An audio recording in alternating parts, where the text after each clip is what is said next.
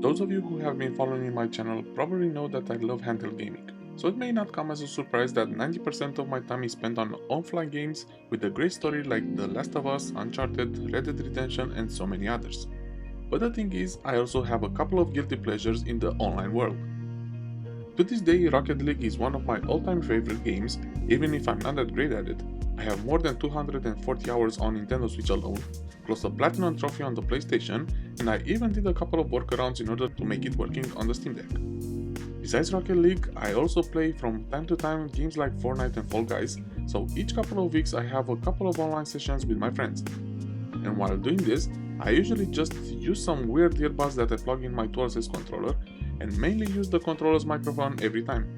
But the quality isn't the best, so I wanted to take this to the next level with a dedicated microphone. So I asked Tonor if they could hook me up with their TC30 Plus model, as it says on their website that it's PS4 and PS5 compatible.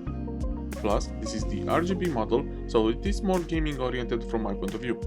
A couple of days later the microphone came, I've unboxed it and it's time to put it to the test. Keep in mind that even though Tonor sent this over, this is not a sponsored video and all opinions are my own. And by the way, this is priced at $36.99, but at the time of filming this video it was $29.99. Starting off with the box, inside we got the mic itself, a tripod, a branded pop filter, and an USB to USB-C cable, which is a nice touch. The microphone comes pre-installed on the stand, but it can be easily pulled out from these elastic grips that help reduce noise from the desk vibration. It's an interesting concept which also allows more room to wiggle. The pop filter slides in easily in its position, then you can add the tripod, plug in the USB-C cable, and the setup is all done. The materials are really good, they don't look cheap at all. Overall it is plastic, but it has a premium look and feel to it. The RGB lights start off as soon as you plug it in and it changes colors on its own.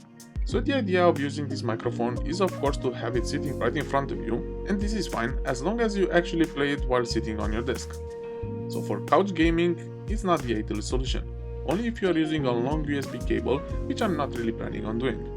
But then again, I imagine you'd use a dedicated microphone when you are truly invested in online gaming or streaming, so most likely you'll do this while you are sitting at your desk. I have here on my desk a boom arm, which I use for these videos, and I wanted to see if it is compatible with a Tonor microphone. This specific model comes with this piece over here, which is perfect for just hooking up the microphone. Even if the desk tripod is very much functional and all that you need, using it with a boom arm is something that I rather prefer. Tonor are also selling this with their own boom arm, but keep in mind that this will most likely be compatible with these cheap ones like the one I have over here. So putting this microphone to the test, I scheduled an online session with my friends and played a couple of hours of Fall Guys and Rocket League. I didn't mention the new setup to them as I wanted to go back and forward to using the standard microphone from the controller, some overhead headphones with an incorporated microphone, and the TC30 Plus.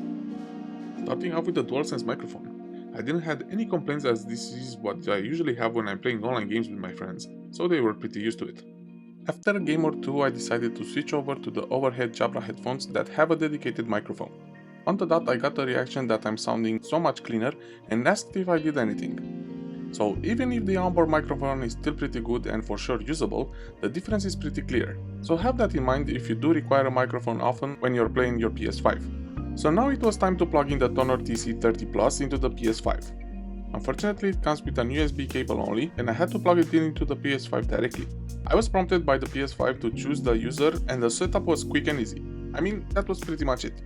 I was waiting for a reaction from my friends in the party and sure enough it didn't take long to get one. The difference was pretty clear and apparently it was up to the listener if it was better or not. To be fair, the first reaction was that I probably done something with the settings. To put it in my friend's words, it was like I disabled the noise cancelling or something. All of a sudden they could hear more sounds coming from my side. The voice was crisp, so no complaints there, and apparently my voice was sounding great, but the comments were about the overall sound. To be fair, I know the Jabra ones have a really concentrated sound, meaning you will not hear any noises from around.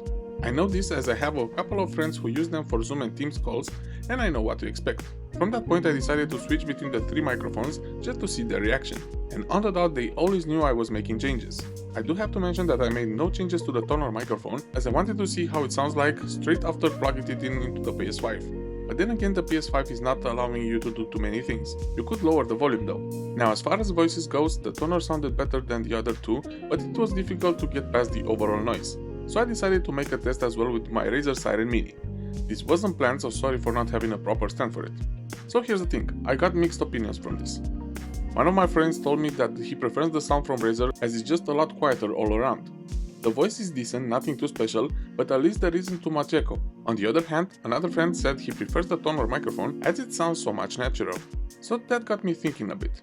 As I'm using the Razer for filming these videos, I really understood what they were talking about. And here's the thing, even if you do have less noise all around, the voice is also coming out a bit muffled and way too quiet. I always struggle when editing to increase the sound level, but it is functional. So even if the goal was to use this for gaming, I wanted to try it out also for shooting these videos, so I plugged it into my iPhone 14 Pro and shoot this entire video with it. And the volume level between the two is so much different. If for Razer I have to add gain and filters, for Tonor I had to decrease it a bit, and indeed I've added the standard voice isolation in Final Cut Pro. To be honest, I really don't do too much to the audio when I'm editing these videos, but let me know in the comments if you think I should be better, and I'll make sure to learn a couple of things and make it better in the future.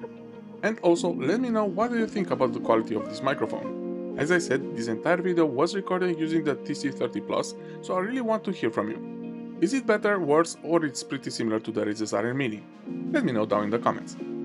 So that's pretty much it for this video. Let me know in the comments if you have any questions and I'll make sure to answer to each and one of them. That's it for now, this is the Tech Unravel and I will catch you in the next video.